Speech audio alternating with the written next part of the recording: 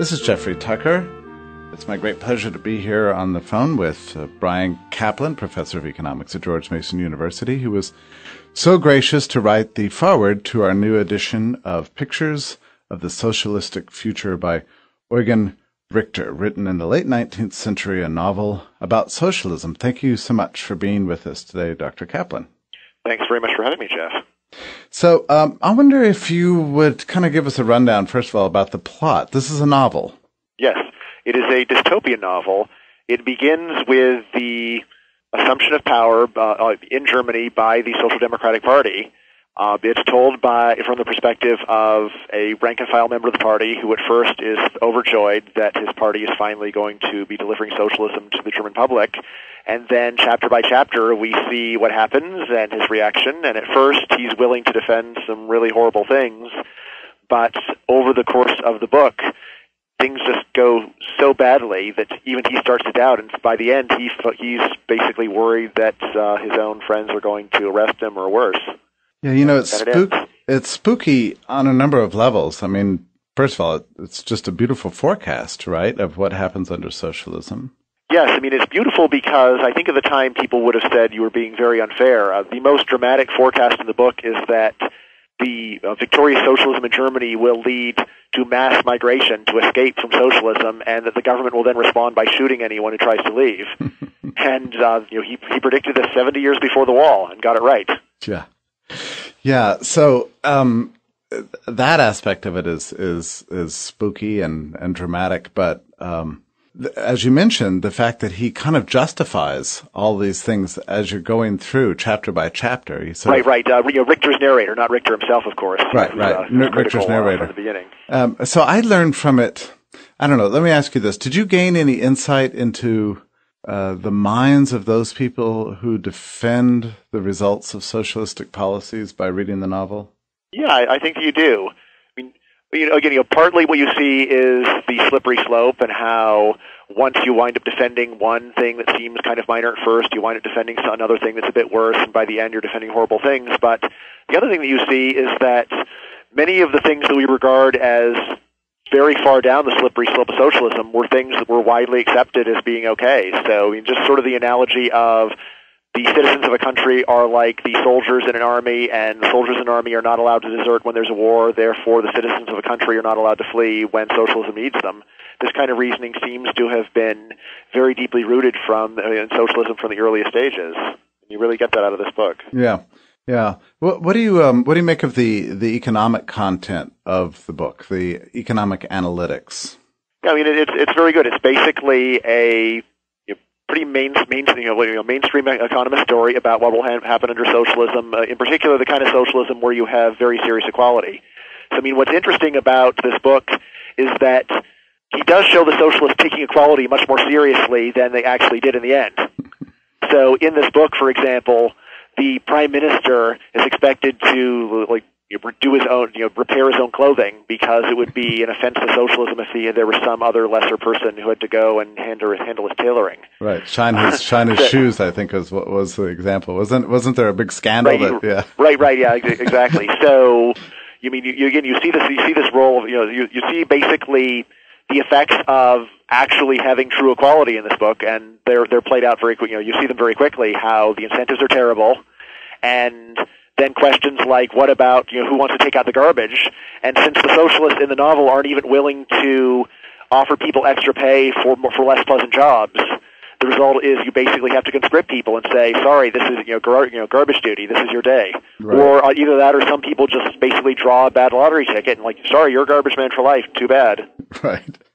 One thing I thought was particularly realistic was you get the sense that the party really had no idea what it was going to do. It's like they're given this great gift of an opportunity to impose socialism, and only then the improvisation begins. Well, what does that mean? Right. I mean, there's the great quote from Lenin, which I believe is accurate, where supposedly he said, the point of the revolution is to seize power.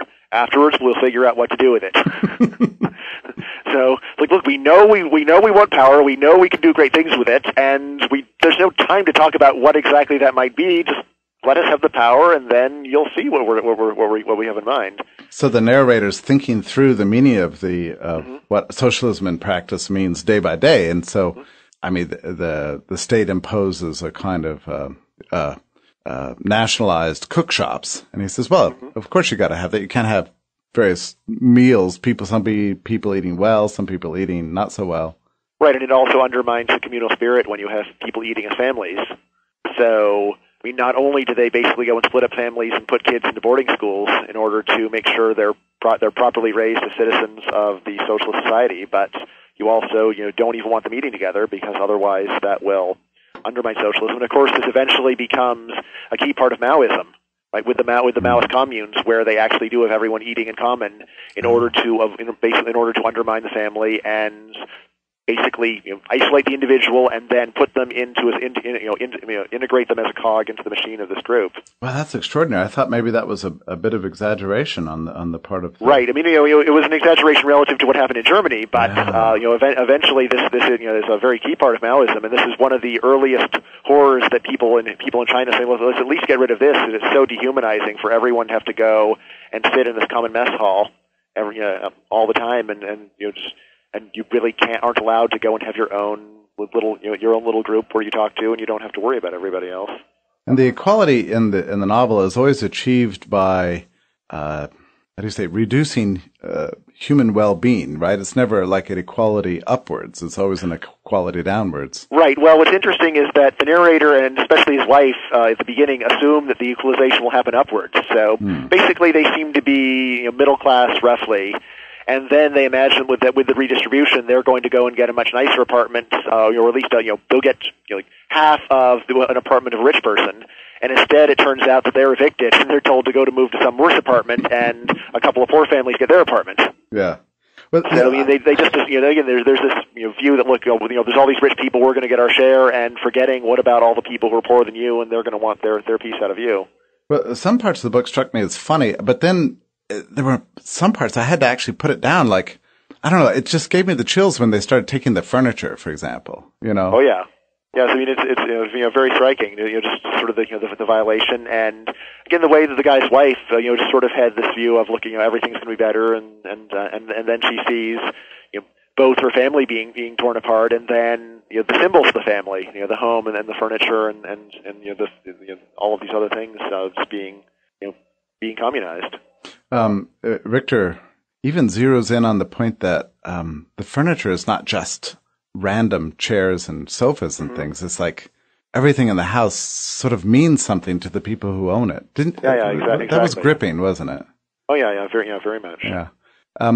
What'd you make of the socialist dance? Do you want to mention that the socialist the dance? They have these community organized dances, right? So. Am I right? There's a moment there where there's a problem that people are permitted to choose a dance partner. Oh yes. Tell me more. I think this part stuck with you more than me. Yeah. Well, this part made me laugh. So, yeah, you have to. It's a random choice of dance partners, and that leads to inequality. So you have to have some sort of lottery for the choice of dance partners, and then people lose interest in the dance. Yeah, so it's foreshadowing Harrison Bergeron. Yeah. That part was funny. I guess there's really no history of that in real socialism, I suppose. But that impulse to equality still survives, doesn't it? In some ways, even in the United States. Right, and again. I don't remember anything specifically about that dancing, but in the Maoist communes, or as a last resort, check the Khmer Rouge.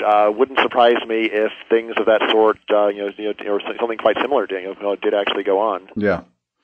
Well, I should give you credit for this book. The reason the Mises Institute has it out at all is that you discovered it first at Liberty Fund's site. It was in HTML, right? Mm-hmm. And then you wrote a blog post about it. That's right. So actually, I remember hearing about this book about 20 years ago in a lecture by Ralph Raico. And all that I heard was there was some German guy who wrote a dystopian novel about the socialists taking over Germany and then shooting people who try to flee the country. And I thought that's kind of interesting. And I read this article that he wrote for the Review of Austrian Economics, I think the very first issue, actually, on Eugen Richter. But then I never did anything else with it. But then when the 20th anniversary of the fall of the Berlin Wall was coming up, I was saying, why don't we go and try to track down this book and see whether my memory of Reiko's summary was correct. And when I found the book online, I said, "Wow, this book is just so good, and it's amazing, and it really gives a very different perspective on what socialism was all about." Because we tend to think of it as this wonderful idealistic movement that then got taken over by thugs. So you taken over or was corrupted. And Richter's story is no, these guys were very bad from the beginning. They were idealistic, but their ideal was totalitarian. And it's just hard for people today to look back and imagine that there were people who heard about totalitarianism and got tears in their eyes and thought, what a lovely idea, I would die for that. That's really how it was. Tell me about Richter. It's not a name that we know. We know, about Bastiat, we know about Adam Smith, we know about even Turgot and Menger, but Richter is not a name that comes up very much. Yeah, basically he was the most prominent German politician and journalist of libertarian persuasion in the late 19th century. He was actually involved in a whole series of parties with various German names. There was a tendency for, multi-party systems, so there'd often be one party, and then they'd rebrand and change the name, and then there'd be some splits. So he actually was involved with a number of different parties. But throughout his lifetime, he was basically known as the most consistent libertarian in German politics, to the point where he was not only, he was anti-socialism, he was anti-Bismarck, he was basically against the German Empire, and what he wanted to do was to bring the ideas of Manchesterism to Germany and say, let's go and emulate the British economy, and without the British imperialism is probably the best way of putting it. And this seems to be, am I right, that this is pretty much the only work that's in print right now in English by Richter? Right. I was looking up his other stuff, and as far as I can tell, it is the only one. He had one other fairly successful popular book. The name escapes me, but I was looking. I don't think it was ever translated. As far as I understand, Pictures of Socialistic Future actually sold quite well in English translation. So it wasn't just an obscure academic book in its day, and it wasn't just for Germany. It actually made its way to the English-speaking world and did well. It's strange to me that it seems to be a case in our generation, in any case, as an instance of lost knowledge. Both Richter, this novel, the German liberalism generally. Mm-hmm. Yes, I mean German liberalism. It's kind of easy to see why the knowledge is lost because they were so crushed. Mm-hmm. So basically, by the time of World War I, the Social Democrats and had control of the they were at least close to control of Parliament, and the Kaiser had the actual reins of power with the military. And then after the war, the socialists really got power, and then they held that for a little while, and then there was some chaos, and the Nazis took over, and then World War II, and then you had the split between West and East Germany, and in the course of this whole story, German liberalism was pretty much forgotten, even though they were really the only voices who were against everything that happened afterwards. And the only people, I'd say, who were in no way tainted with any of the evils of Nazism or communism that came later on. Right. What an excellent point. Right. We need to revise our list of heroes and villains in history, don't we? I mean, guys like Richter should be famous to everybody. Yes. And it's also striking that Richter was also a very vocal opponent of Bismarck's persecution of the socialists. So he really was the kind of consistent liberal who would say, I disagree with what you say, but I will defend to the death your right to say it. So, during a period when the socialists were never actually banned under Bismarck's anti-socialist rules or anti-socialist laws, but they were harassed quite a bit. And Richter was standing up for them this whole time and saying, look, these guys are wrong. They have terrible ideas, but stop persecuting them and let's go and try to defeat them fair and square through free discussion. And by the time that they actually got the anti-socialist laws were off the books, they weren't actually repealed; they were just allowed to lapse. Yeah. But by that point, the socialists basically had very little gratitude for Richter, and and then went about their merry business. Well, now that we no longer have to worry about this, we're not going to say we're not really planning on extending you the same favors later on. When you read about guys like Richter and their lives, do you feel a sense of solidarity with them? Guys like Richter and Turgot and these other great libertarians in history, like, a sense of identifying with their lives and the struggle that they have. Yeah, absolutely. I mean, just the courage that they have and the insight and just the way that they've been so vindicated by history, despite being not all that successful in their time. It's a very compelling story, and one where in your darkest moments you can think, well, maybe in 100 years someone will read one of my things and they'll think it was good, and they'll tell people that that I was right, although ignored, and that could be my consolation prize. Well, we just have to hope there are people like Bryan Caplan 100 years from now to celebrate people like Bryan Caplan today, right? We can only hope. Right. I have to tell you that this book, as we prepared it, we had copy editors and typesetters, and everybody who was involved in it was thrilled to read it and came to me and said, "Wow, this is a fantastic piece of work. Where did you find it?" Yeah, pretty much all my friends who have read it have also been very interested, and don't forget the cover designer. Cover designer did a really great job. I love this cover. Yeah, the cover design is fantastic. Yeah, it's perfect, and it's also available in EPUB. And I also have to tell you that after I read it, I felt like I hated socialism all over again. For the first time almost, just it intensified my opposition to all kind of socialism. Right. And especially just, the narrative changes, because when you read this book, you see it's not some noble ideal that got corrupted. Right. You see it was a bad idea from the beginning. And when you have that story, you have a very different feeling towards it. Then it's no longer, some very decent people whose ideas were twisted in ways they never would have imagined. Instead, it was some very rotten people who got a lot of favorable press at the time and then never really got the condemnation of history that they should have when their ideas were put into practice. Well, another thing about the book that we should mention, Richter gets right the decline in health under socialism, right? So the grandfather who's taken away to go to the old folks' home, declines very quickly. Right, and of course the daughter who's taken to one of the whatever you want to call it, the children detention centers, right, or the socialist boarding schools is, I guess, the favorable way. She does not do very well. Not to give away the whole story. But. Yeah, I guess we shouldn't give away the whole story, but but she's what 7 or 8 or yeah, I think that's right, something like that. And the mother, it's just such a tragic moment. The mother decides to bring her some special clothes.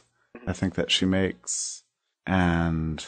Right. It also makes me think how, under real socialism, elite socialists would never have let this stuff happen to their own kids. But, of course, all the other people who have to live under the system really did see stuff like that happen. Yes. And then the decline of the narrator's wife into a kind of, I guess she's labeled as afflicted with a kind of psychosis late in the book. Right. Let's see. I think you said his wife. Yeah. What did I say? Yeah. Right. Or you could, it's psychosis or just natural, horrible depression as a result of all the things that happened to her. And say that the wife's reaction is in no way abnormal. So under real existing socialism, one of the most striking things that you find is a decline in the vital statistics of the population. So they can lie about GDP, they can lie about a lot of things, but when you see how long people live, and you see that actually shrinking, as I guess it did in Russia, right? Right. Again, of course, you can lie about life expectancy too, and it's very likely they did. In the case of Cuba, I've never seen a really good critique of Cuban health statistics, but I think it's very reasonable to doubt many of the health statistics they offer. Why exactly should we believe them on this, given the lies and everything else? Yeah, but it's something I suppose that nobody ever anticipated. Certainly, Well, of course, Richter, except for Richter, Richter of course. did. Yeah, Richter did. I'd also say, Mises anticipated this when he talked about, what would actually happen to people under socialism. And, they'll be very poor, and poor people are sick. Poor people are not healthy. Now, we don't have too many novels, libertarian novels on our side, or pro-capitalist novels or anti-socialist novels. Or at least it's not as many as probably we'd like. Would you consider this one of the better examples of fiction? Oh yeah, absolutely. In terms of other ones, I think many dystopian novels, even if the author himself is not libertarian, they have a very libertarian feel because you see the state out of control doing stuff to people, and you realize, look, if the state couldn't do any of this stuff, then none of this bad stuff would be happening. So in 1984, while Orwell is far from libertarian, I see 1984 as a very libertarian book. Right. And on the other hand, Atlas Shrugged is sort of a strange combination of a dystopian with a utopian novel. Right. where you've got 700 pages of or maybe even like 900 pages of dystopia, followed by things suddenly getting better at the very end. Right. Again, not to give the plot of Atlas Shrugged away either. I'm a huge fan of Garrett's novels, sort of pro-capitalistic novels, because they both make an economic point, and it's good literature. And I would consider this Richter book to be good literature too. Do you? Oh yeah. I mean, it's a very fun read. It's something that you could give to high school students too, and yet professors can get a lot out of it. I mean, in terms of what I thought was the deepest lesson I learned is Richter's book made me realize there's really sort of three stories about why socialism turned out so badly. And the first one, I would attribute to Lord Acton, even though he died before socialism really took off anywhere, and that is the all power tends to corrupt, absolute power corrupts absolutely. So on this story, the socialists are decent people, they get in power, but for all their idealism, even they'll do bad things when you give them absolute power. So that's one story, the Acton story. Then you've got what I'll call the Hayek story of the worst get on top. So this one is more of a selection story where the original socialists are nice people, but once they actually get power, then the psychopaths and sadists manage to muscle their way to the top, and then they push everybody else out, and then they start doing terrible things in the name of the ideals. So that's another story, the Hayek story. And Richter's story is really quite different from either of these two. I call it a born bad story. It's one where the original socialists, the founders, were actually bad people with bad ideas. Not that they were, and not that they were corrupt, but sincerely bad is a good way of thinking about it. And then the evolution of the ideas, for the most part, is pretty much what you should have expected from talking with the founders of the ideas. Just combined with a few with the fact that once you're in power, you wind up doing a few things that seem a little bit off, but wind up being convenient at the time, and then you just go with it. But basically, Richter is a story where there's nothing really surprising about it. It's just people are just doing what they said they were going to do and following through with the consequences. Well, Bryan, let me express my gratitude to you for having alerted me to the existence of the book in the first place. Well, let me thank you for approaching me and getting this published. I mean, to me, this was just a thrill. It was just only a little bit of work, and to go and see this book revived and actually being read makes me very happy. It's fantastic. Thank you so much, and I look forward to working with you in the future. Thanks a lot, Jeff. Appreciate it. Bye.